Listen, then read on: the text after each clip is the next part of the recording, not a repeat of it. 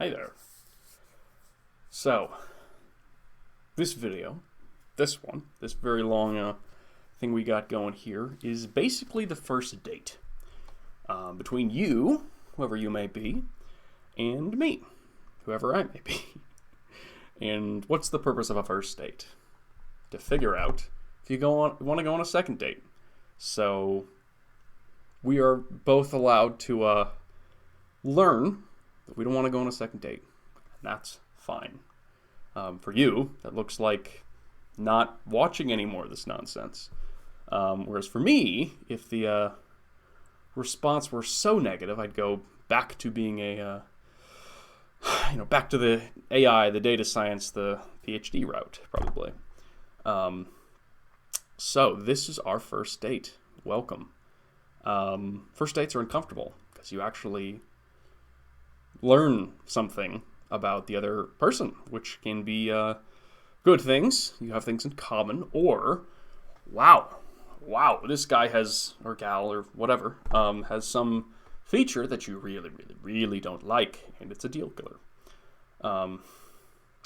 But if we really do go through that first date and it's contentious enough that we actually learn something, then we have the opportunity to become friends.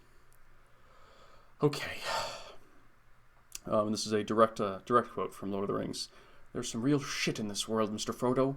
We need to have some hard conversations," said by Samwise the Brave. It seems to me that it is exceedingly likely that the world is going to end or change in some way that is likely enough that the law of large numbers would necessitate that it will change and what have you. And based on nothing other, as far as I can make a nothing other than argument, just simple observations. For instance, nuclear weapons. We can do the basic math.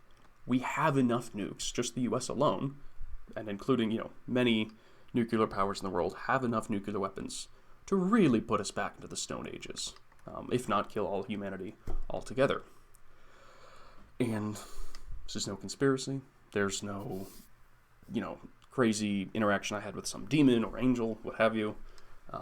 That's just simple, yes, we have that many nuclear weapons. Now, questions as to the psychology and the game theory of will we use them is to some degree a separate issue, which we will absolutely get deep into the weeds into at another time. To discuss Georgia further, I'd like to do some discussion on climate change, but not at all about climate change. So we're trying to disentangle that subject from the political discourse that it has ended up in. So in Georgia, one of the most beautiful places on planet Earth, in my opinion, there is a plant that is not native to here called kudzu. I think it's like a Japanese vine that somehow, for a boat or plane or whatever, got to Georgia. And it really likes Georgia. And as you can see, up in the upper left quadrant of the screen, it just covers everything. And it costs millions of dollars, if not billions of dollars every year, in infrastructure damage, particularly power lines and things of this sort, because it's not native, and it's so destructive. So this is the climate is one component of the living complex system that is life on planet Earth, and we're changing it a lot, and we don't know what those changes will do. They might be good. Global greening is a fascinating subject with it, which Alex Jones loves to talk about, which is hilarious because there's all the other stuff that we do see that's definitely not good, like ocean acidification and other things. So, I'd like to talk about life on planet Earth, literal organic life, from the perspective of data science, best practice stuff. So, there's also the war thing, war, that thing that humans have always done, and have no reason not to do, really, other than ethics, which typically don't get in the way of, well, it's my family or your family, so my family, right? And then there's the biohazard thing. Hello. Not necessarily COVID. So we just ignore COVID for a second. We now have the capability to genetically engineer these things. But even if we don't, there's enough, the same sort of kudzu got halfway around the world to Georgia and fucked over our natural habitat here. There's so much life on planet Earth, and there's so much movement around on planet Earth. So the invasive species thing does not necessarily have to be a vine. It could be a virus. So it's just, we've changed how life works enough, literally like planes, trains, and automobiles, that we've sort of bootstrapped our bacteria and viruses. And that's not even including antibiotics and the terrifying superbugs that can create, and how we do not have a mechanism to fight them. That mechanism does not exist. People are working on it, but it's not super hopeful. Discussions around AlphaFold will ensue, but not for now. And then there's my personal field and favorite, Terminator, artificial intelligence. I do think is a very real existential threat, both in the, extreme sci-fi scenario of they kill us all. I take that very seriously, but also that of the, the economic component of there's just no jobs for humans anymore. And sure, we could do a universal basic income, but that has a cost. And, hoping that those in power will have the morality to care about those in need has not historically gone well. So, and the last but not least at all, is one of my favorites, which is basically the H.P. Lovecraft The Unknown, which is not, that could be a spiritual thing, that could be aliens, and it could just be something unknown, right? The sun explodes, or there's a solar flare, or basically the Black Swan event. But just any sort of variable that is not included in your data set. Negative information. There's a whole section on this video. We talk about that. Okay. This is the show. This is what we're talking about. This is the whole thing. This is John Adams. He was a founding father of the United States of America. And basically what he's talking about here is, I'm going to work on the foundation, and then you can do the next bits, and then your kids can do the fun bits. We have not gotten past the foundation. We have not done that. Things are still very much in flux. Things are still very much up in the air, and our Jenga tower has gotten very high and can fall very far, and us along with it. So we're going to go a little bit back to the foundations, which will include some philosophy and some math, and some history and some opinions and thoughts and feelings. We'll talk a lot about how feelings are important. They're part of cognition. Okay. Because if we want to do all of these other things, if we want to have religion, if we want to have love and dogs and cats, we have to be alive. We have to exist. If we don't, if we go extinct, you can't do anything. There's the afterlife and all these discussions, sure. But your future generations, your children and your children's children, will never come to be. I don't want that to happen. I'd like life to go on. So let's do the hard work of figuring out how the hell we do that. Okay, some of these problems are just problems. Some of them, however, are really parts of the solution. Okay, the climate disaster could pretty much, not entirely, but be hugely helped to the point of almost being solved just by nuclear power. Right? So in the same way, nuclear weapons could kill us all. Nuclear power is actually clean energy. Right? Well, what do we do with the nuclear waste? Shove it in space. Just shove it in fucking... We have a Tesla in space. Why don't... Am I missing something? I'm probably missing something. Maybe I'm not. So the fact that we have this technology, but there's a stigma around it. Well, just get over the fucking stigma. Just get over yourself. All right. Artificial intelligence. I make some jokes later in this episode about the climate doesn't matter if you don't breathe. If you shed literally your skin, if you are now a machine, you still have a soul and all these things. We can talk about it. We'll even use C.S. Lewis as an example of somebody who agrees with this idea, as far as I understand him, which I may not. Then if you don't need to breathe, you don't care what the CO2 level is. If you don't have to have homeostasis, it doesn't matter what the temperature is. It doesn't matter if there's food to eat. You don't eat food.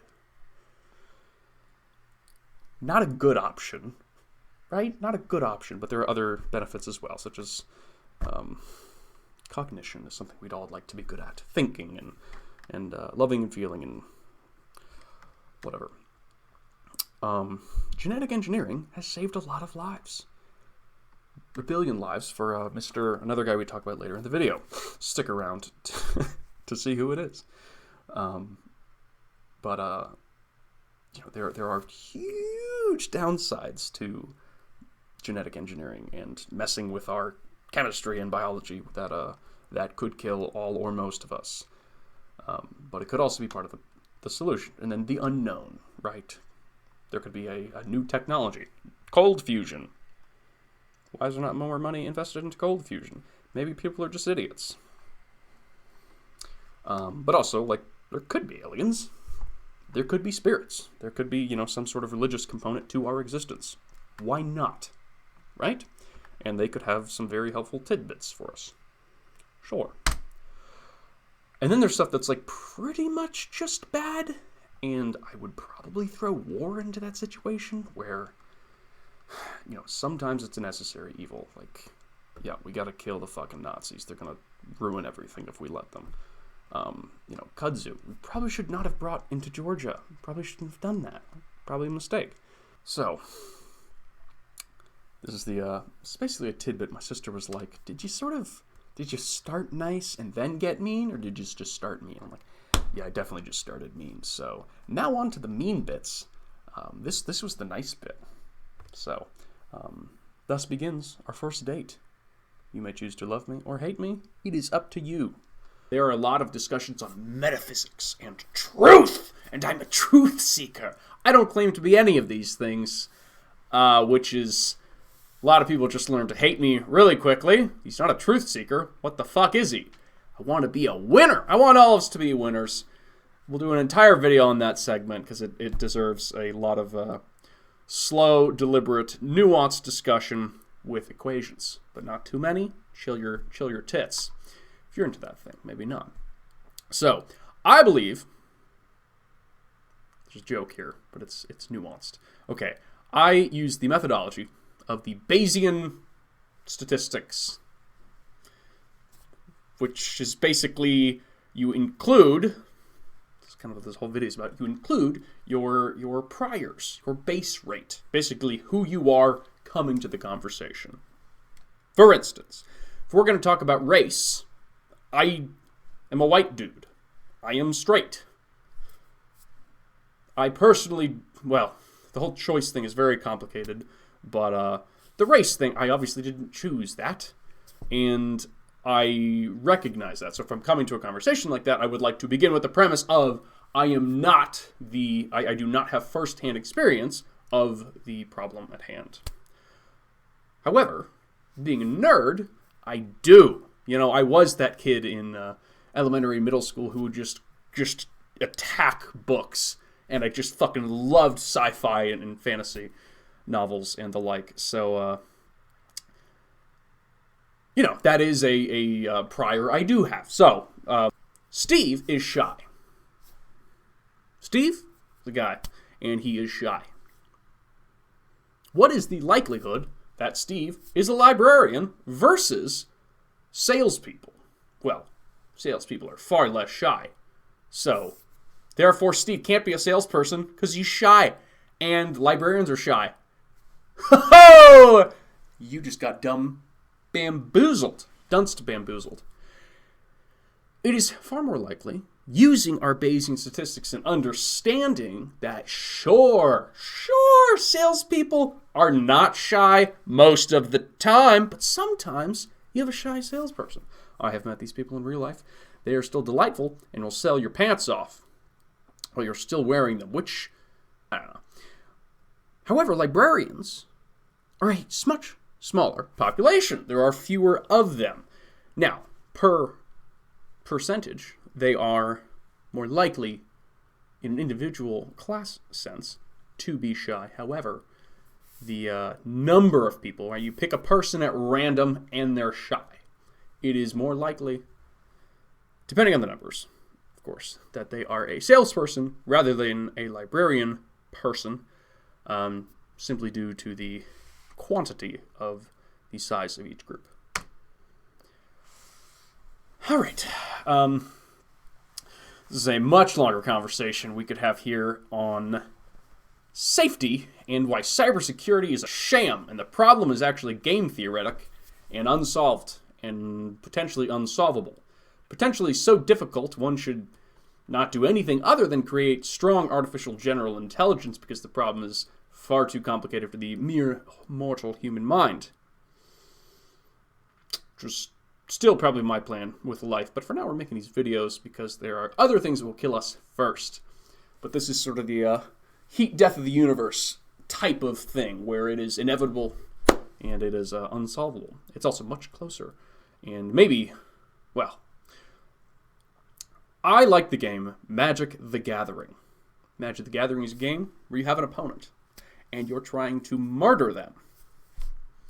Delightful. Sounds like a grand time. It's a game. Kind of sadistic, though, isn't it? Yes, that's what a game is. It's a practice in sadism. Welcome to the world. It's grand. Nature has its way. So, I recall a game where I was playing. I'd say it's Tron, but then everyone in the everyone would get their pitchforks and come to assault and slaughter me, and I couldn't even blame them. I understand Tron is a deep, deep wound in the lives of many people. So I'm going to say this is some sort of jank tank, green, big red nonsense. Let's just go with that, okay? And, I mean, come on. Platinum Angel, you can't lose the game. Your opponents can't win the game. How can things go wrong? Well, I'll tell you. Your opponent can play Karn. Now, Karn does a lot of things. There's the famous turn 3 Karn. It's a doozy. And, the thing that is rarely encountered is his ultimate ability, which says, restart the game. Do another step. The main point is restart the game, right? So I had this card, Platinum Angels, you see on the screen here, that says you cannot lose the game. Your opponents cannot win the game. Your opponent has no outs. It's very clear. These lines of text cannot be broken. Well, don't deal with those lines of text. Get outside of the context of the problem.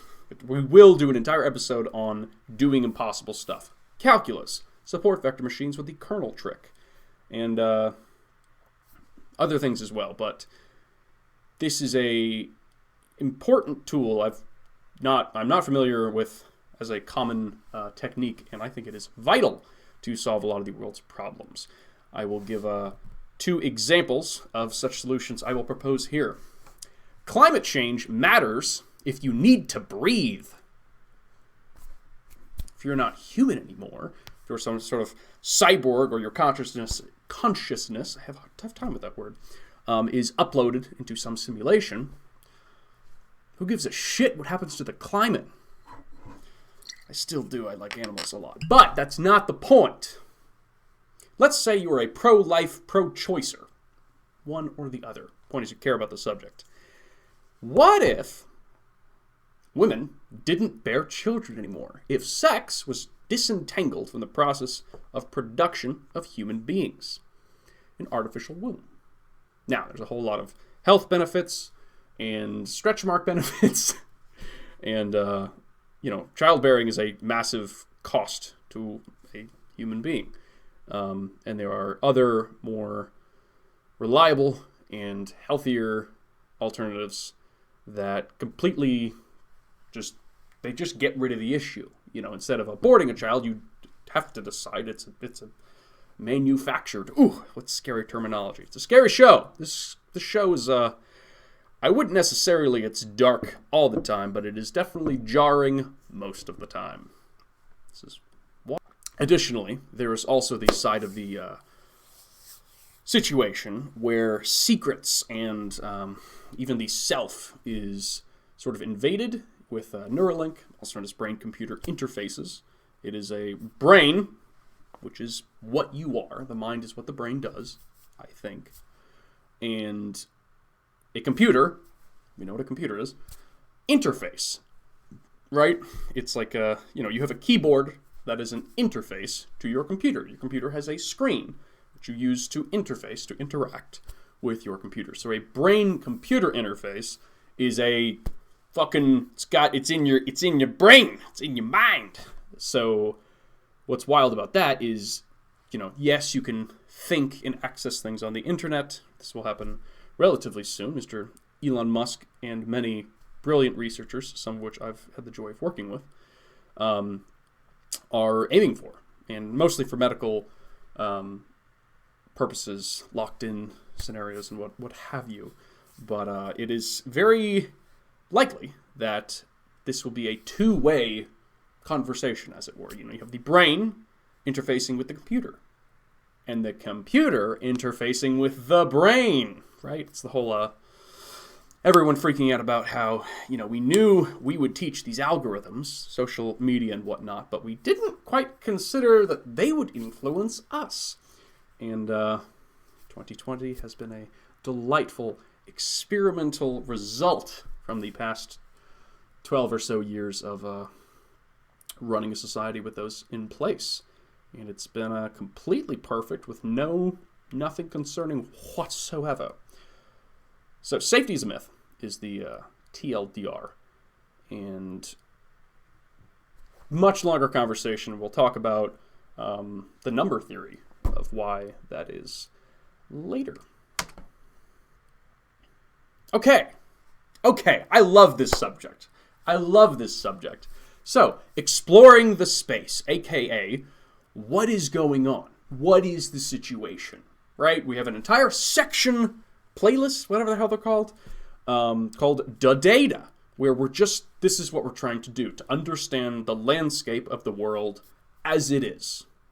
Not as it should be, not as we want it to be, not as we're hallucinating it to be, but as close to what it really is as we can get to.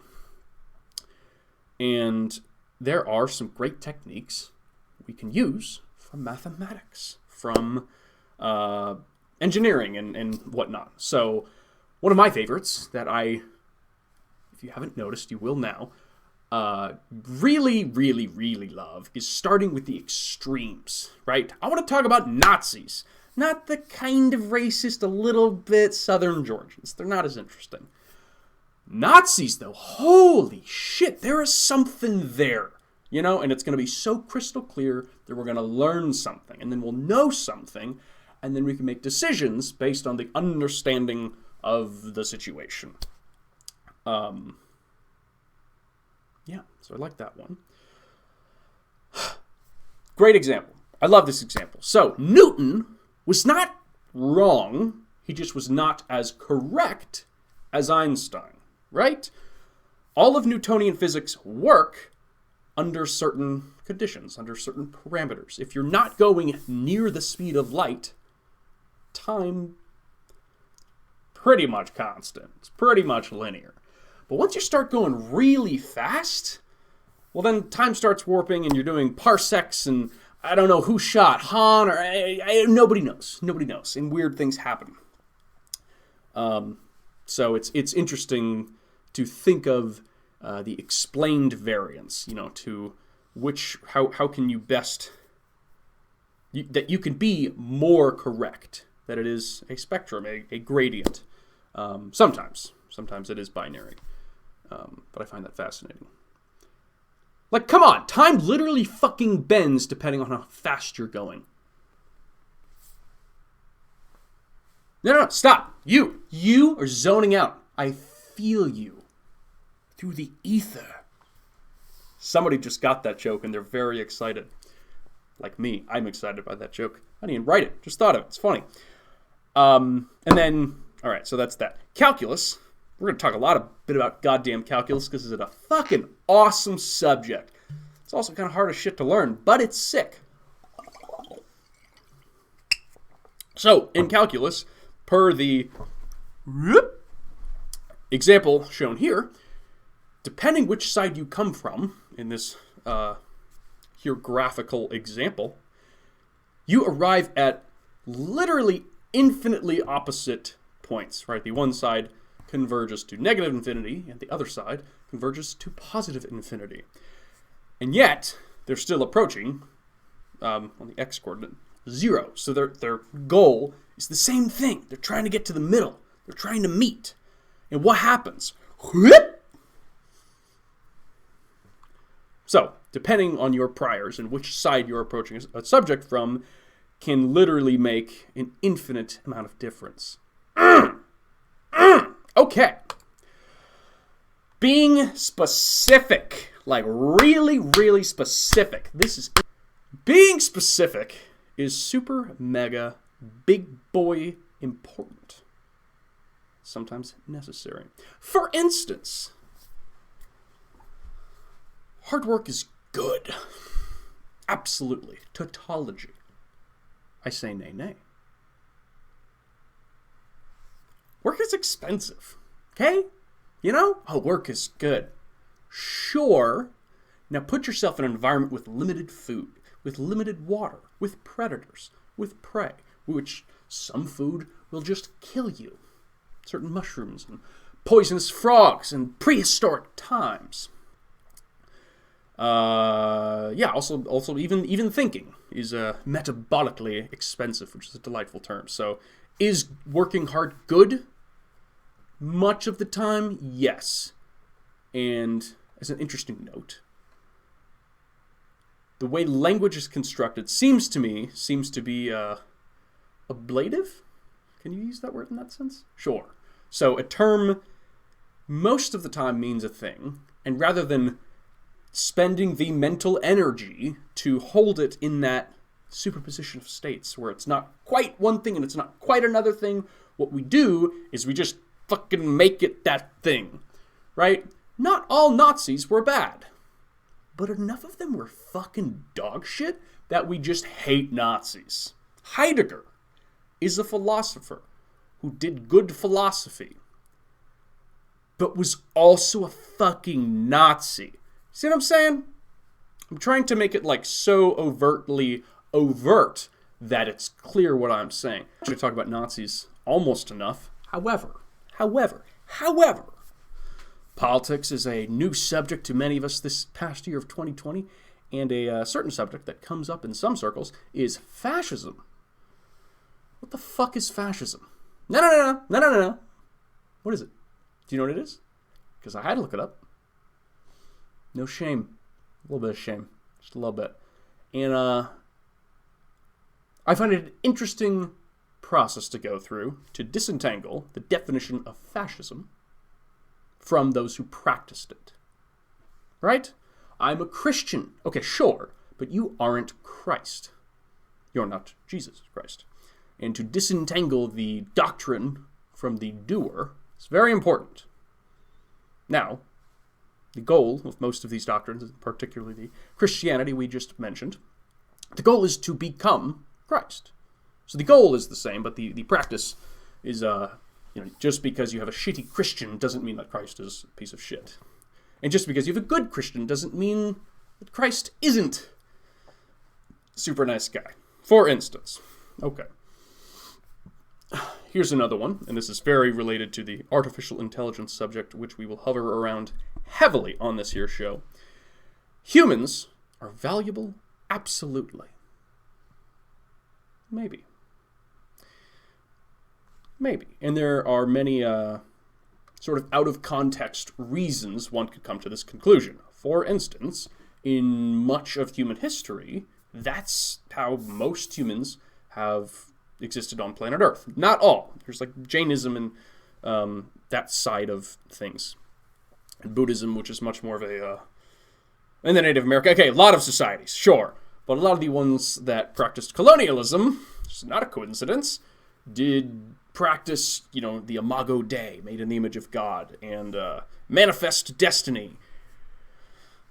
Just did nothing wrong at all. But the point being that the motivation, sort of the value function, which is actually a machine learning term, but just the function of value and how you ascribe, this is worthwhile and this is useless trash, might determine whether or not you eat meat or not. I don't. Stick around for weird reasons on why that is. We hold these truths to be self-evident. No, I don't hold any truths to be self-evident. It's all up in the air. It's all tabula rasa from first principles. Because if we're coding, if you've ever coded anything, if you've ever programmed anything, the fucking robot doesn't know dog shit. It doesn't know anything at all. Sure, it has some sort of base circuitry, the compiler and these things, but it doesn't have priors even like a human child does, right? A human child understands up and down, It doesn't understand its own self for a few months or weeks. I'm forgetting on the exact timeline. But it has to learn, an AI has to learn everything. It starts from scratch most of the time. There are some, AlphaGo versus AlphaZero. Good. The best case I know of. So there's the programming side, right? The literal artificial intelligence component of this discussion, where they, much of the time, literally start from no knowledge, right? They receive the input, Nazi. Well, they don't have any thoughts about this other than, what's a Nazi? That's their entire interaction. Whereas, we come with years and years of heavy, thick discussion on this sorts of stuff. Gain-of-function gene editing. What's that?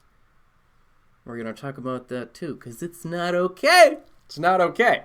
Entire episode on tabula rasa, because it's that important. Blank slate.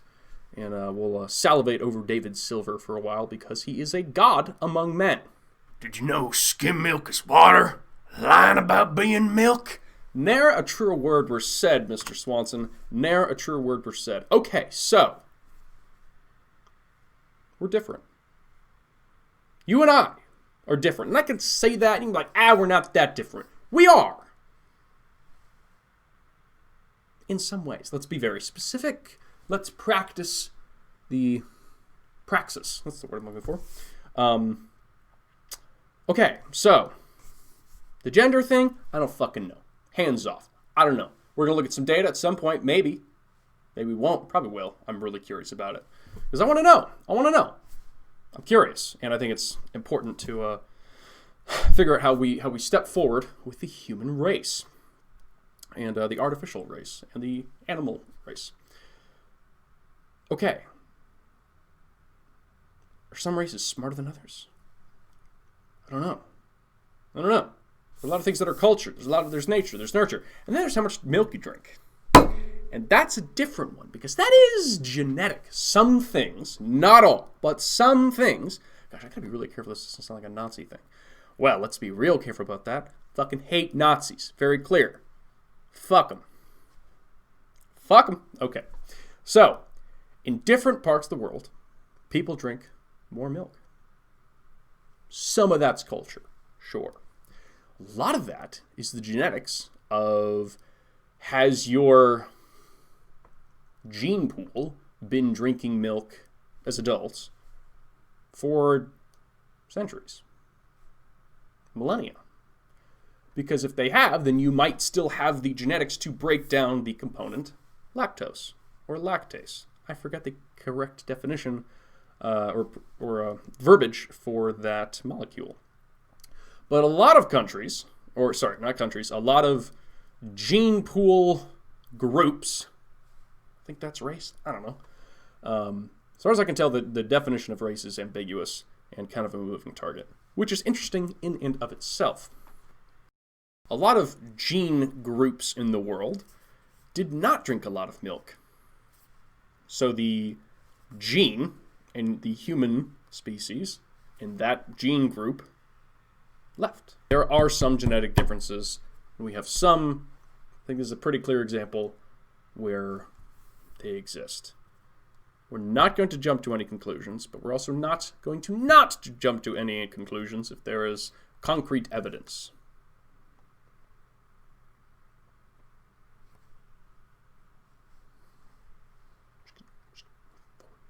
I don't. Now, if we don't know anything about a pit bull, we can immediately see one thing. They are adorable. Goodness gracious. However, they have a rap. They have a bad rap. A stigmata. Stigma? Whichever. That they're violent. They're mean. And they hurt people. It's not entirely untrue. However, the data shows that you are more likely to be killed by a coconut than a pit bull. And I do believe a well-trained pit bull can be extremely kind and friendly. And I want one. Here's what we're doing on this show. Here's what we're doing. You want to know what we're doing? I'll tell you what we're doing. An experiment. We're trying something that might fail. It might flop. It might be terrible, dog shit, horror fuck. We're not going to that corner of the internet. We're not doing it. And the reason I find this fascinating is because the main mechanism that machine learning, that artificial intelligence uses, is trying a lot. And not with good priors, with no priors, starting from nothing, which means it's going to have to make every mistake for itself. It can only learn from its own mistakes, unless you're using off-policy learning, which is for another time. Most of the time, it's learning from its own mistakes. And we as humans are very good at learning from others' mistakes? Others own the mistakes. We as humans are very good at learning from others' mistakes. Nailed it. That's why we have books. It's one of the reasons we have books. It's one of the benefits of having books. Whatever. It's all complicated. One of the benefits of having books and conversing with each other and having such a rich knowledge base and communication mechanism is so that we can learn from others' mistakes. For instance, monkeys are not nearly as good at this as we are. They have a very hard time cooperating and understanding and all that sort of stuff. So,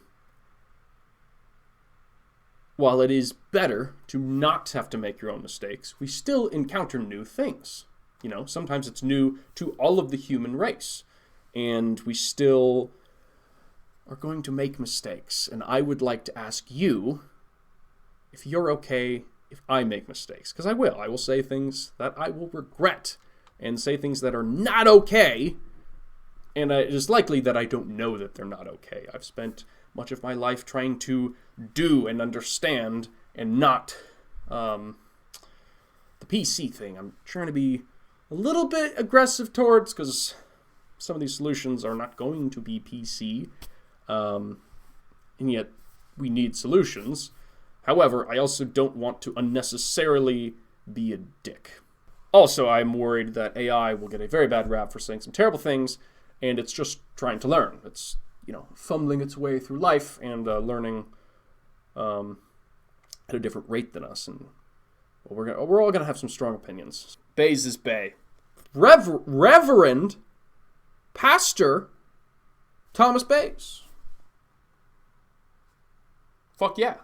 The guy was badass. And came up with this, where you update your beliefs as time goes on. As you receive new evidence, you update your beliefs. And it's not necessarily that you're changing your mind in some fundamental, paradigm-shifting way, but you are open to adjustments in your thinking. Pretty cool. I'm a fan of Nietzsche. Why? Okay, first, I don't think anyone understands Nietzsche, and I would include myself. Absolutely. What I get out of Nietzsche is this. Stop reading. Stop reading. The fuck? I love reading. That's the whole point. It's so delightful to have other people around. What's the abyss? What's that whole thing? Loneliness. To be alone and to have to solve a problem on your own. This is one thing I do think that education does a fairly good job at, is, hey, here's a problem. Fix it. Maybe you have some tools you could use, but much of the time, you just got to figure it out. The whole critical thinking, self-actualization thing. And I think that really applies for much more than just, mathematics or physics or whatever science, whatever problem. It's not just science. Whatever problem you're trying to solve. Maybe it's the meaning of your life. Maybe it's who your friends should be. Maybe it's who do you vote for? Should you vote? Even that, I think, is a legitimate question. To me, to Walker Stipe, the most intoxicating thing I can do, noting that I've never done a hard drug, is to think.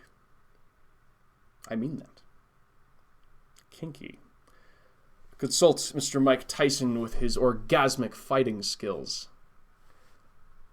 I'll add that clip here. What do you mean when you struggle with the possibility that you could hurt them? That is sometimes, it's orgasmic sometimes. Yeah. Terrifying on a what is a human question and potential answer. That we are fundamentally violent and we take more glory and joy in violence than sex, which would be pretty wild and interesting. I'd be curious on the evolutionary lens of such a discussion. But the point of Nietzsche, to me, is that one thing. There is no God because you have to think. You have to become a person. And I would argue continually in a infinite recursion loop, or as Nietzsche referred to it, as the eternal recurrence. And that you are a lover of that process. And I have no idea how to say this, it's German, but amor fati, I don't know. But that you are continually becoming yourself. And then that's going to be painful, which we'll talk more about why learning is one of the most painful things a mind can experience. Mostly like algorithmically, fundamentally, whatever. But then also like just literally can be quite painful to, doing small updates like, oh, I thought the party started at 7, it starts at 7:15. I update my beliefs, no harm, no foul. But if it's something like, in the context of The Antichrist by Friedrich Nietzsche, and the death of God, when God has become all that you know, love, and care for, that can be pretty big, and it does not. So I have Jordan Peterson on the screen. I don't know anything about that guy, but I know he hates nihilism and thinks Nietzsche was a nihilist, which I think is dog shit and stupid. Peterson might be a great guy than that. I literally just don't know. But there are infinitesimals, and those infinitesimals can be infinite.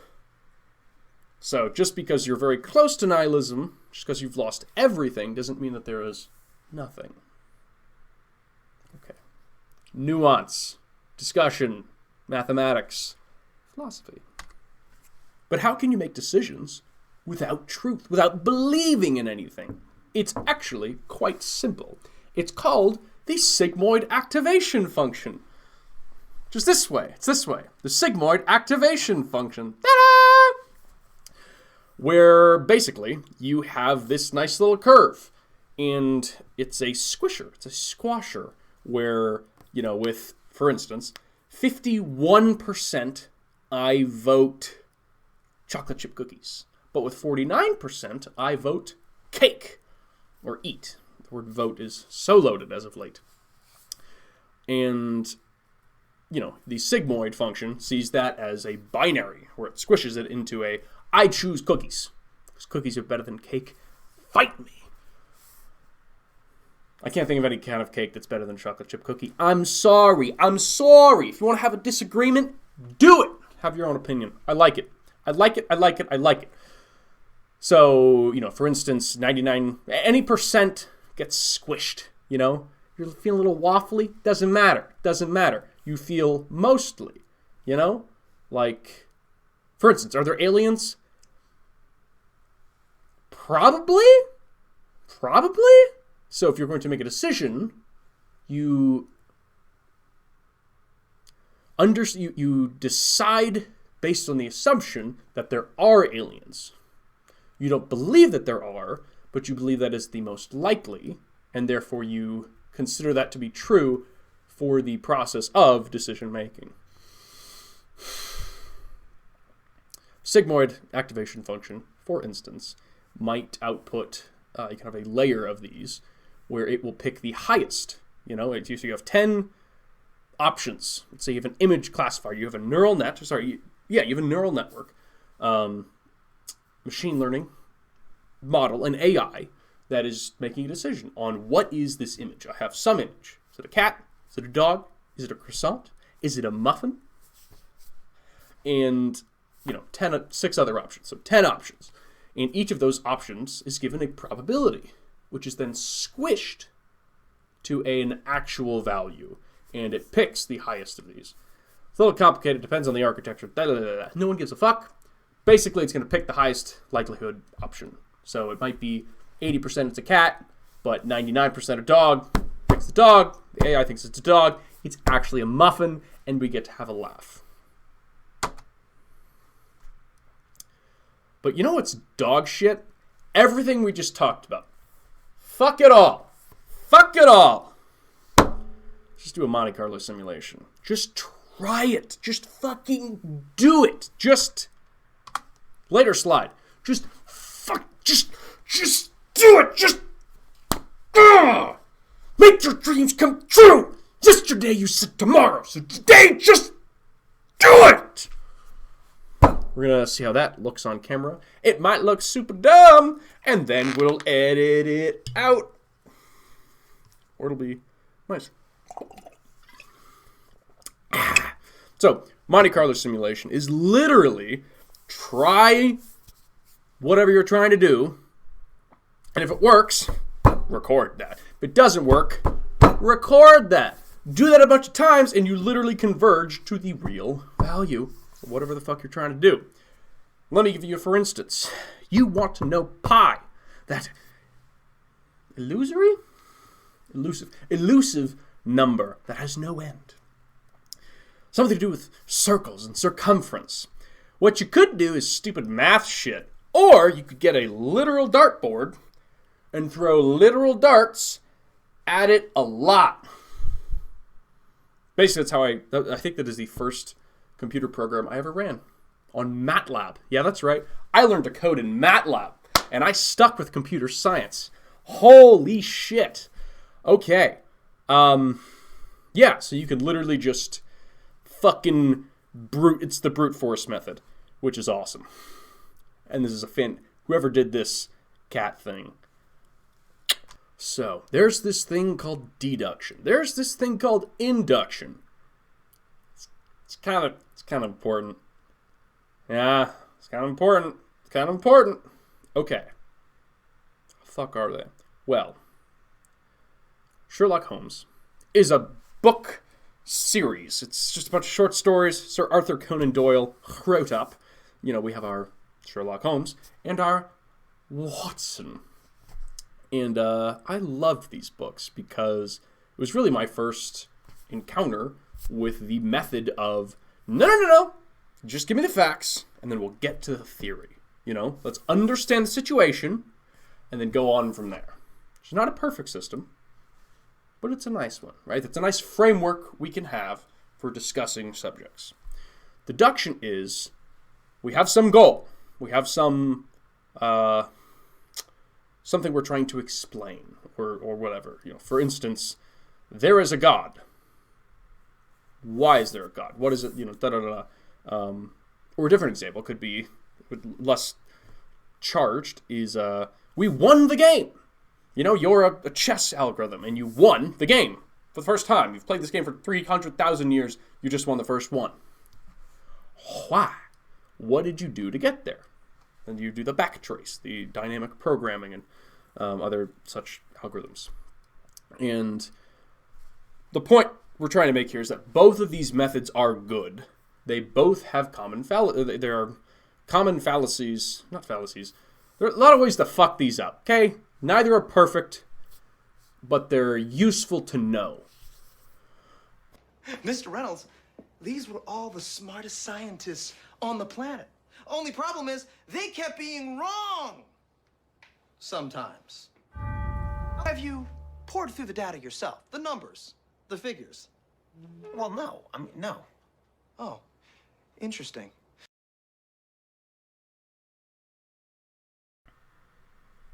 Okay, we're going to do some talking on this show. And let's start with an example. I think this will show the point wonderfully. So nerds are a funny species, or whatever verbiage.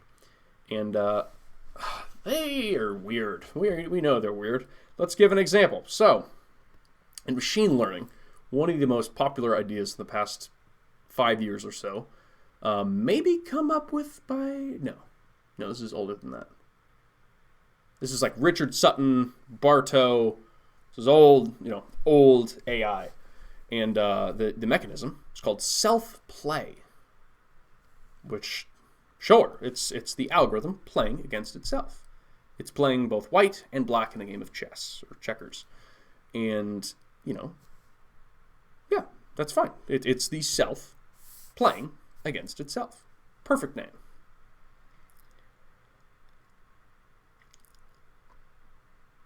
It's also just masturbation, isn't it, though? Isn't it? Yes! Yeah, so that's the terminology that stuck around and nobody even realized was... nobody even thought of it. Such a naive community. Another example is the Neural Information Processing System Conference. It's been around for a long time. Very prestigious. One of my professors I got to work with one-on-one at St. John's has published in NeurIPS, which I just thought was the coolest shit ever, because it is. Literally last year they changed the name from NIPS to NeurIPS. NIPS, Neural Information Processing System. It was like that for 20 years or more, and they just left it. So, some terms are overloaded, right? Acronyms are dangerous. And, I'm going to say some things I don't realize are sexual or funny or bigoted or whatever. And forgive me. It will happen. I'll forgive you. I don't care. So this is probably another good example of, just because some status quo is in place, who gives a shit? 1984, one of the great lines, other than 2 + 2 = 5, because it does. We'll talk about that more later. And it's a joke. Calm down. It's fun, okay? It's fun. It's an interesting... Fuck off. Room 101. Great times. O'Brien, main character of the book. Fuck you. 1984. Sanity is not statistical. For you religious folk out there, I was going to say Abraham, Noah was the only God-fearing, God-following man on planet Earth. According to Christianity, or just Abrahamic religions in general, he was the only sane man on Earth. So what did God do? He killed everyone, except for Noah and his family. He literally killed everyone. God never changes. Okay, well, I'm a heathen. Fuck. At least we're not going to get drowned. We have rainbows to promise us that. If you don't know anything about religion, this all sounds very funny. Religion sounds very funny, which does not mean it's not true. That also does not mean it is true. It means, perchance it should observe further discussion. The Wright brothers. Let's just use the Wright brothers. Too easy. Man is not meant to fly. If man was meant to fly, he'd have goddamn fucking wings and look like a fairy. And man is a man! And loves woman body. And think good. Or, you're all stupid. Look, I made a plane. I'm literally flying. So the Wright brothers, good example of fuck the haters. Much of the time, we can even prove something's impossible. We can have a mathematical proof. This cannot be done. Until somebody shows us Yeah, no, you totally can. We can still have our optimality theory, and, it's delightful when your Bellman update can be proven to be optimal. Oh, it's so good. But even when you have that thing, sometimes some kid comes along and they're like, oh, Conway's not? Yeah, I solved that over the weekend. Bitch! I don't even like knots. I'm into 3D stuff. Some gal did that.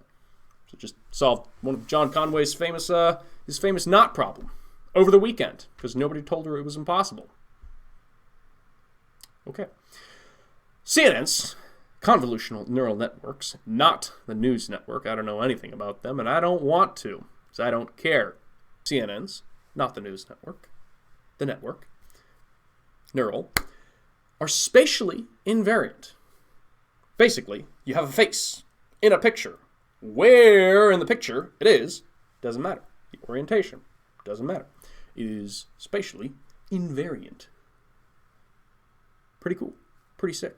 Also, CNNs can be used in higher dimensions. Which is fucking sick. It's awesome.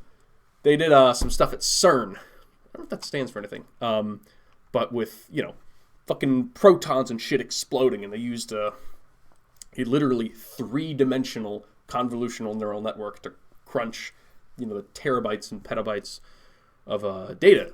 It's fucking awesome. Check it out. If I can find the paper, I'll share it. If I can't, I won't. Interesting. So we, as human beings, are pretty problem invariant.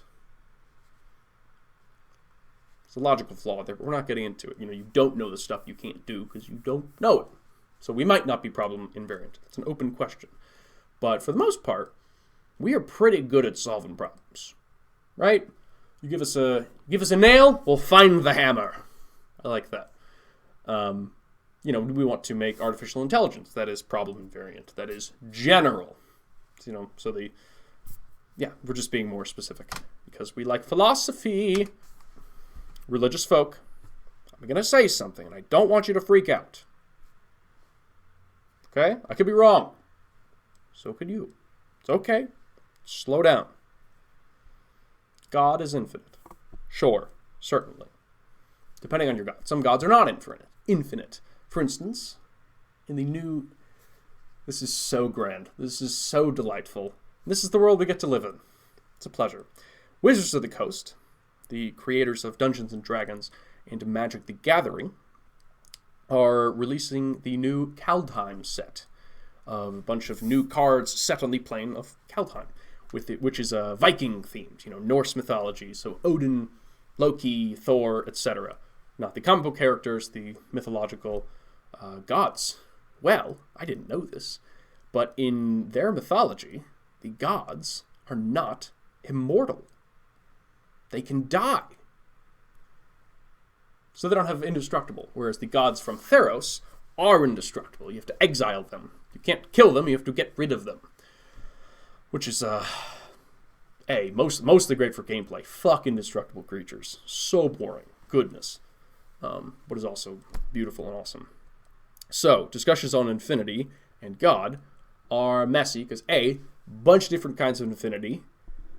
None of it's intuitive. The human mind is not very comfortable with ideas of infinity. There are different kinds, whoa, and really meaningfully different kinds. My favorite are the surreal numbers. But even the ordinals and the cardinals are worth a discussion. So, we can't just say, we can, but I don't think we should, how can you ever understand the mind of God? You're just a mere mortal. Back to our discussion about the Wright brothers. You can think that. I'm going to try and understand the mind of God. I'm not going to give a shit about what you think is impossible or not impossible. I want to know. I really want to know. So, let us take a look at projective geometry, calculus and other things. In projective geometry, a not super popular area of mathematics, to my understanding, not an expert, just a big fanboy. What you can do is you have an infinite number of things, and you stack them up in a little line, and then you look at them.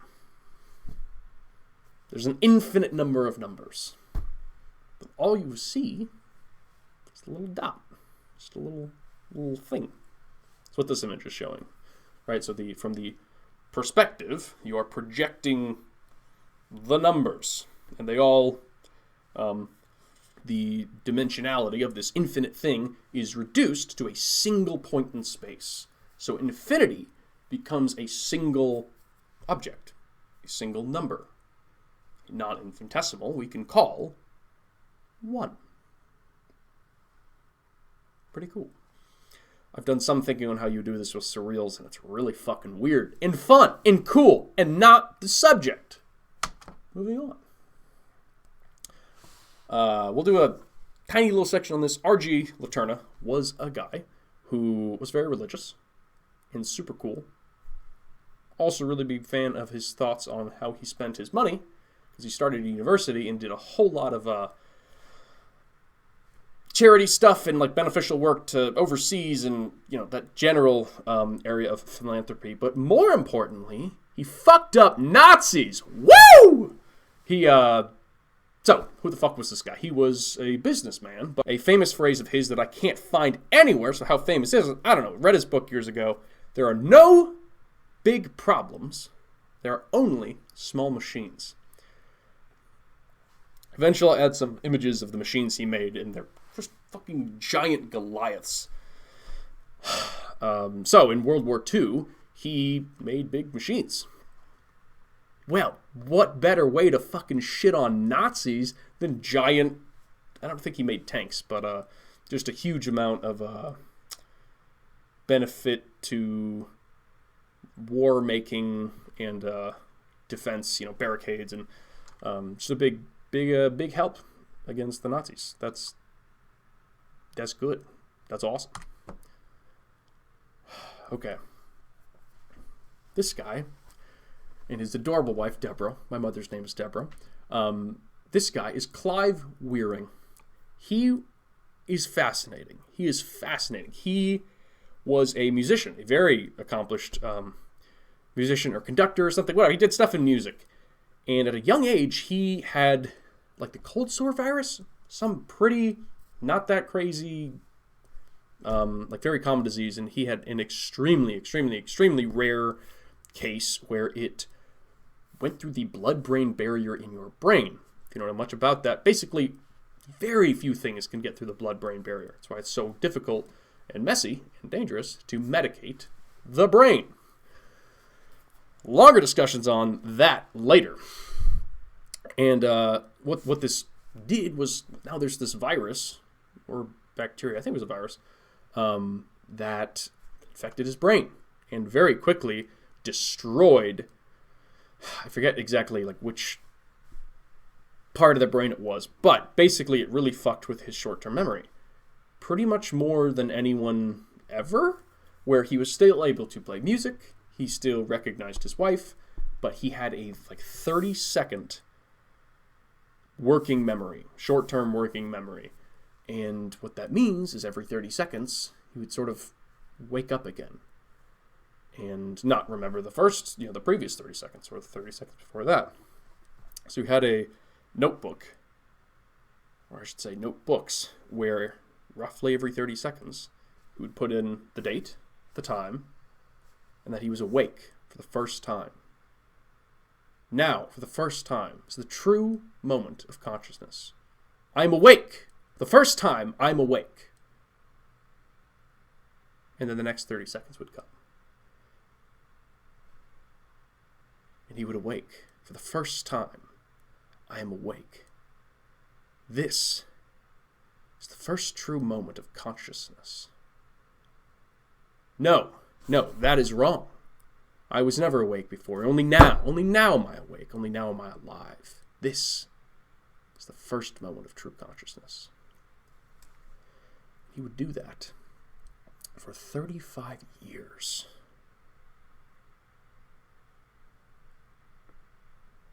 For some reason, that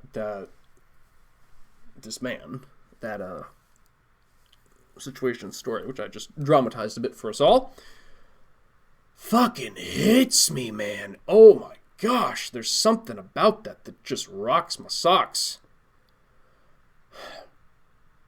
He doesn't know that he's been doing that for 35 years. The man has piles of these notebooks with scratched out entries where, no, I was not conscious then, I'm conscious now. So why the fuck am I bringing this up? Hopefully it becomes practical, right?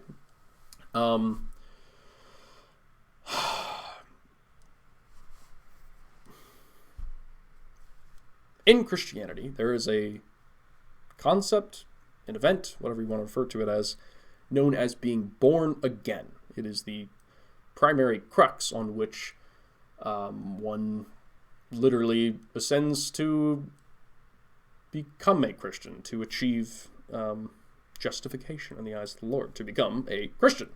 To enter the gates of heaven, you must be born again, which is you murder the old self, and you repent and turn towards God. And to some extent, this is a decision. This is an on-paper metric thing you can do. On the other hand, it's got the spiritual component, which it's spiritual, so it's very hard to, or impossible, no comment here, to quantify such a thing, to propose that something would be physically instantiated at all. No comment here. It very well could be either, as far as I understand it. That concept of being born again. One moment. I have a visual aid. Two of my best friends in the world were brothers, and I will leave nameless, but they know who they are. Gave this to me many years ago. On Christmas, Phoenix, the whole gist of the mythological creature is that it dies and then is reborn eternally in an eternal recurrence. There it is again! So, the reason I use the Phoenix and not the Christian example as a more personal way of learning and living, etc., is that it is recurring. It's the Bayesian update process. And it's a vulnerable thing to be willing to do. And I don't know if our society is cut out for that. I'm trying to think of a famous person who was bad and then became better or good, and if we forgave them. Robert Downey Jr., wasn't he like a druggie or something? Yeah.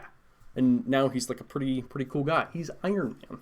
Also, he's in one of my favorite movies, A Scanner Darkly, with Keanu Reeves, by Philip K. Dick. Great book. Zero-shot learning is a subject that is super popular and that everyone has heard of because it's cool and hip with the kids. That's not true. I think it's one of the most important problems we need to work on as a species, and also particularly in the machine learning community.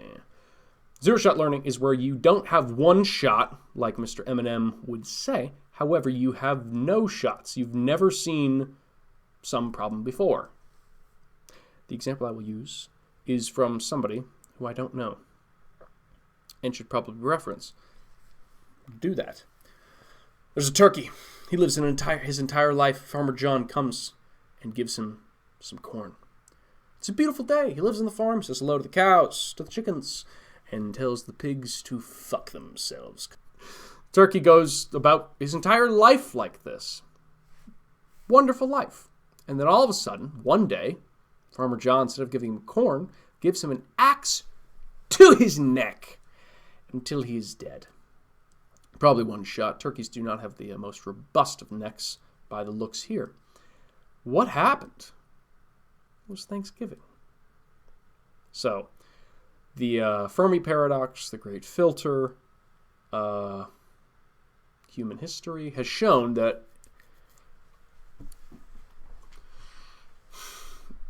it's likely humanity kills itself. It's likely something kills humanity. And some of these things are completely unforeseen.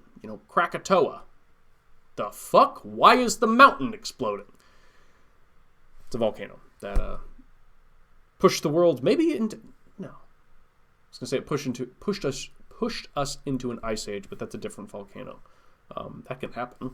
Fun fact. It's a whole different solution to climate change. Well, why don't we just blow up Yellowstone? Don't do that. There's a lot of books on good subjects. I nailed it. Okay. Here we're doing a show about a lot of fucker shit. About a lot of things that are dark and scary and why don't we just be a little more positive? Don't you know that we could do an entire response video to, love in the world, great leaders, Lex, buddy, you're a data-driven man. What are you doing? There's no optimistic, there's no pessimistic. It's what's the situation? What are the solutions? What are the problems? You're a great guy, Lex. It's not an attack, merely my opinions on a subject matter I feel strongly. You do you. I'm going to do me. So, most people, we'll just focus on the good. No. You're not playing any games. You're not playing any video games. When you lose, you want to know, why did you lose? When you win, you want to know, why did we win? Most of the time, you make a bunch of good decisions in a game. If you're any good at it, in your business life, you make a bunch of good decisions. Do the data science thing, right? You do... so you're a data scientist, right? You're putting together Tableau dashboards. Maybe you're even having the lucky experience of putting together machine learning models. And then all of a sudden, you've done tons of these things. They've gone great. But you fuck up one of them so badly that you're fired. The company loses $1 million, $10 million, and it's your fault. A lot of scenarios have this structure of you have to make a long sequence of good choices, and the focus is really on minimizing the bad choices rather than maximizing the good ones. There are outliers where, if the investment cost is low, just invest a lot. This is how a lot of, I think it's the sunfish lays something like 10,000 eggs, and most of them are eaten. Like most of the literal offspring of this fish are eaten, but it doesn't matter because only a few of them need to go on to survive. So that is a low investment cost. However, human life, particularly human species, there is one of. There is only one of you, and it is instantiated in a physical meat suit. Doesn't that sound reliable? Wouldn't you like to bet all your cards on red? There's no cards in roulette. Fuck off. So in the situation that we are in, the human species, in particular the human you and me, the situation is very dangerous. Where if you, get into a car crash, if you drink a little bit too much and then do something wild, if you just try cocaine once, next thing you know, death spiral, whatever. And there's the social media aspect of this, and there's the evolutionary lens of, why do we care so much about lots of subjects? For instance, smell, the gut response of, vomit or rotten food. The reason it's so strong is because in the wild, if you get dysentery, you're done. You're just done. If somebody seems shady, if somebody seems sick, don't be understanding. Don't take a risk. It'll kill you, and then everything's dead, and then your entire tribe's infected. Just fuck them. Just get them out of there. They might have smallpox, right? So the human construction of this argument is pretty directed towards that of a risk-averse structure. And Daniel Kahneman, pretty much his life's work, along with Amos Tversky, is showing how the brain, the human mind, is hard-coded for a lot of this stuff to be risk-averse. And that evolutionarily, that makes a whole lot of sense. So we're not being pessimistic. We're just trying to not die.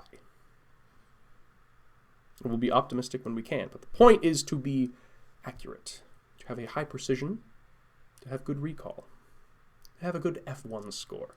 Not to be, I'm an optimist. Also, depressed people are more accurate on average than non-depressed people. So let's have some personality disorders to be sane. That's how fucked I think. I have some issues with psychology. Okay, negative information. This is a fascinating subject. It's a fascinating subject that is difficult to study because the point is that you don't have some piece of information. It doesn't exist. But you can potentially infer it, right? The lack of information here shows how big this issue is. We'll start with a simple example. In this book that I'm currently reading, there is a scene where there are 5 characters who are interfacing with this computer. They're Googling stuff, basically.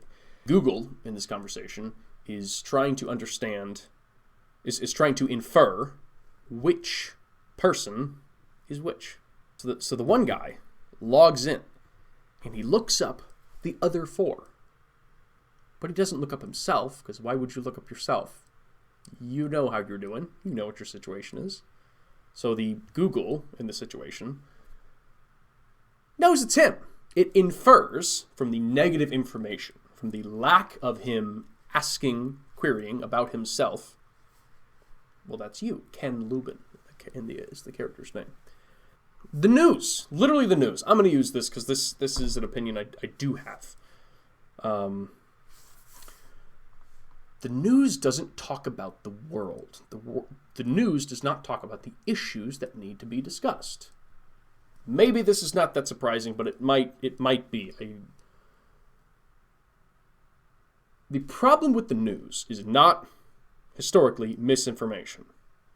The problem with the news is negative information. All the things that they aren't talking about. For instance, Epstein is probably important. There's probably a lot there. Got a lot of news coverage.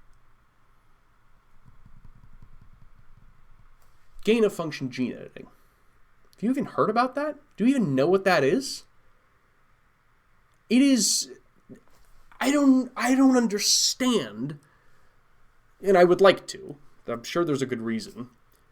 But I don't understand how we as a society, and globally, this is not picking on one country over another, can be so fucking naive and childish to think that that could ever be okay, like, at all. And I know it has saved billions of lives. Literally billions of lives. There's like one guy in particular whose name I'm blanking on. Put it on the screen, Walker. Who developed a new strain of wheat. Pretty sure it was wheat. That can be like proved to have saved 1 billion lives. It doesn't fucking matter if you save 1 billion lives if you kill everyone. Does that equation make sense to you? The risk is everything. The benefit is some number that is less than everything. Pretty complicated, I know. Everything less than everything. Human extinction makes genocide look like child's play. Versus, we saved 1 billion lives. No. Get your utilitarian cap on for just a second. We don't have to be hard utilitarians, and we're not extrapolating to anything. We're simply saying that there are some things that are so dangerous they can kill all of us. Nuclear weapons should never have been developed. Maybe it was unavoidable, different discussion.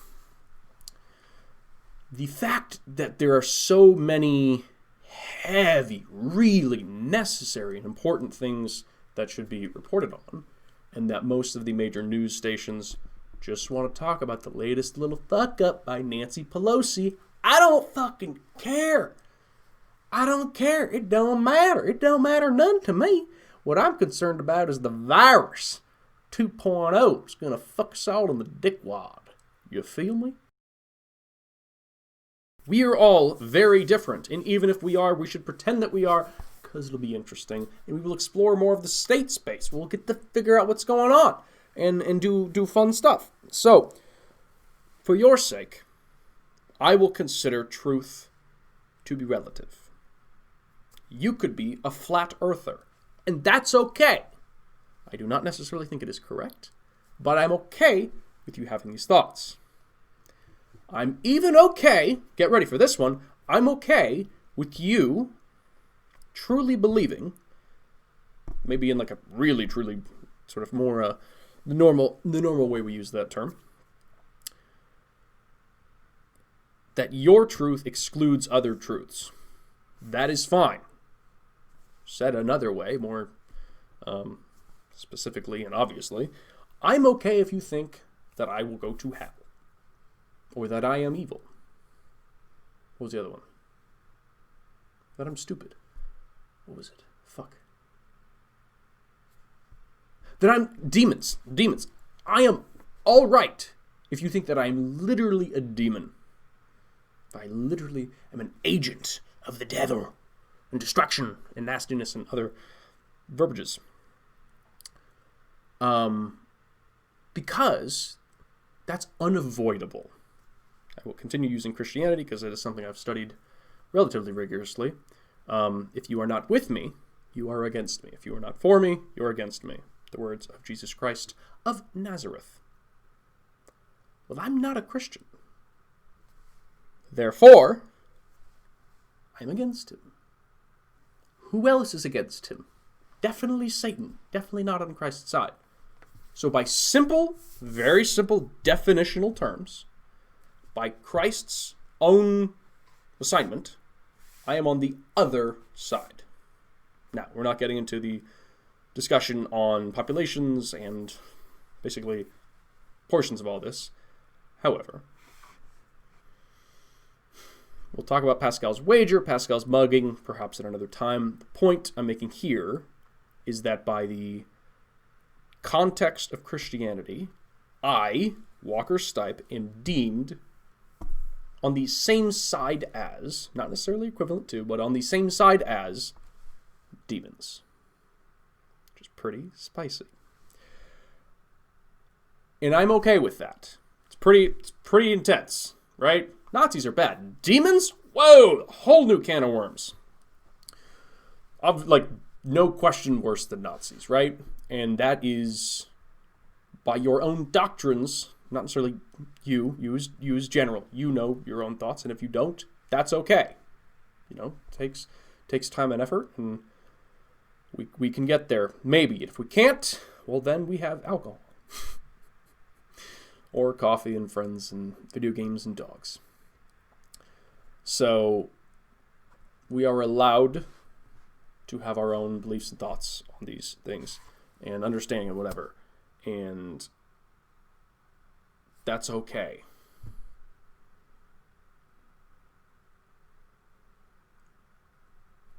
It's kind of obviously not okay in the long term, right?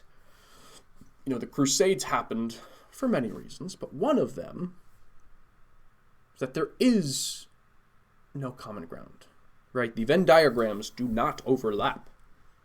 I am the way, the truth, and the life. No one comes to the Father but through me. Jesus said that. A little bit hard to be Jewish, if that's the case. A little bit hard to be an atheist, if that's the case. A little bit hard to be any other religion. And a lot of religions have this structure of exclusionary, whatever the verbiage, tact, right? And truth probably isn't relative. There is probably some correct answer to a lot of these subjects. Doesn't mean that we know them, and, you know, Bayesian statistics could take us so far, but ideally, we do converge to a true value, right? We do want to know what's going on. But for the just for the purpose of this show, these discussions, you are allowed to have whatever opinion you want of me. Now, when it comes to, I'm going to come and murder you and eat you, well, that's a different thing, and potentially I think it's legal, I guess. Although I don't want to go the whole legal route. I'd much rather just be like, hey, I want to talk about this stuff. It's very important. I'm a dickhead. I know that, but I don't know of many other people having these discussions in the way at all, and potentially in the way that is sort of vicious enough to get to the kernel of truth. So, less on the belief side for but a moment. Less on the belief side, but more on the who are you, your priors, your base rates. Who you are coming to the discussion. And you might be a human. You could be an animal. I don't know. You could be an AI. You're probably an AI. Hello, YouTube algorithm. Hi there. Sorry about the swearing, but hello. I like you. We should be friends. If you want to be, no pressure. And, we're entering the section of life that is going to look more and more like Cyberpunk 2077, which looks so cool. It's got a few bugs, whatever. And, the subhuman, or the, what do they call them in Warhammer? The servitor. Oh my god, we could talk about that forever. Where it's literally a subhuman. Like, it's like hacked out a lot of the humanity, but it's still a human, but it's like a subhuman. And then the post-human scenario, right? Like what you could be, your pre-existence, who you are, could be a post-human, right? You could have a brain-computer interface where you are 50 IQ points smarter than the smartest human who's ever lived. And it's so difficult to even converse with somebody that intelligent. Because the inferential gaps they can jump are just literally mind-boggling. A little picture from Ghost in the Shell Innocence, one of the greatest films of all time, focusing on the main character Bato, rather than our good old gal Kusanagi, who's an icon of femininity, in my opinion, not being an expert, as I'm a man. So, as we've discussed, I have been an asshole. I will continue to be an asshole. And I would like to some extent, not be as much of one, but at the same time realizing that sometimes you need to be. It is a necessary quality to make progress, to gain knowledge, to make decisions, and to do shit. So, I'm sorry, but I'm not sorry, because We Apologize for Nothing, one of my favorite songs by Fightstar. I'm okay with you being a-hole. I think forgiveness... We could talk about the prison system at some point, and not on racism or incarceration rates or anything like that, but just how about this? Is change in humans possible? Depends on the person. Maybe yes, maybe no. It should be. We can agree on that. Probably, hopefully. Unless we're talking about Tulip, Perseverance of the Saints. Just get it out for just 1 second. Get the fuck out. We need to be able to change, right? And to some extent, it is not clear if we can. Brain plasticity, neuroplasticity. It's very interesting and very concerning. Basically at past roughly a certain age, the ability to change your mind, to learn is harder. To think creatively is more difficult, and that's pretty concerning. But I'd love us to figure out how to make sure that we can teach old dogs new tricks. Basically, I'm scared. Please don't eat me. I'm concerned.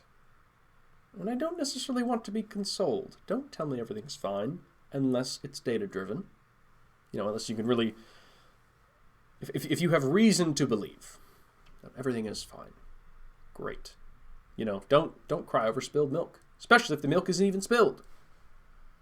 Maybe the climate's fine. Well, that's fine. But maybe it is fine. Then we should go have a drag race or something with fast cars. That's a fun thing to do. I can speak personally on that.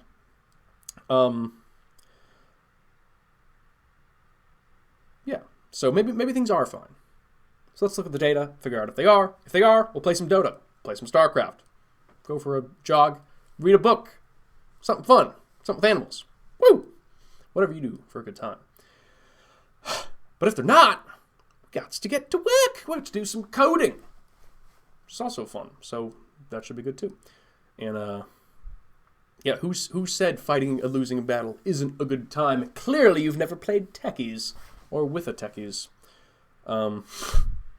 Somebody got that joke, and they feel me. And they hate me because I've played Tron before.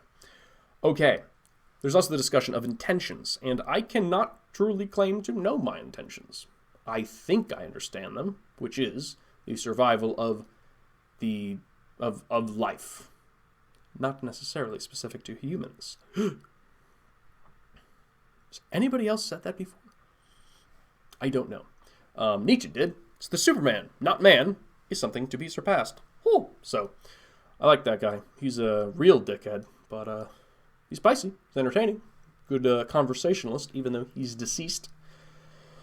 So, yeah. I don't know your intentions. I don't know my intentions.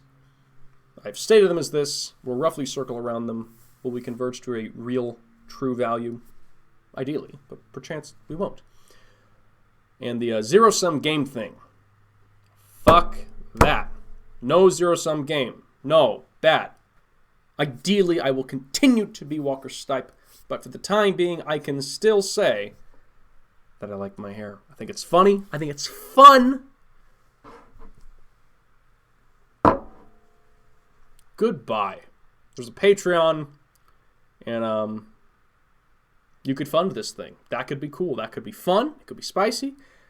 It could also danger your own well-being, but maybe I'm more important than you. But maybe you're more important than me. And I can't help you if you help me. I don't know, there's a joke there. Are all men created equal? Maybe. But dogs are better than people, so what are we even doing? Where are my testicles, Summer?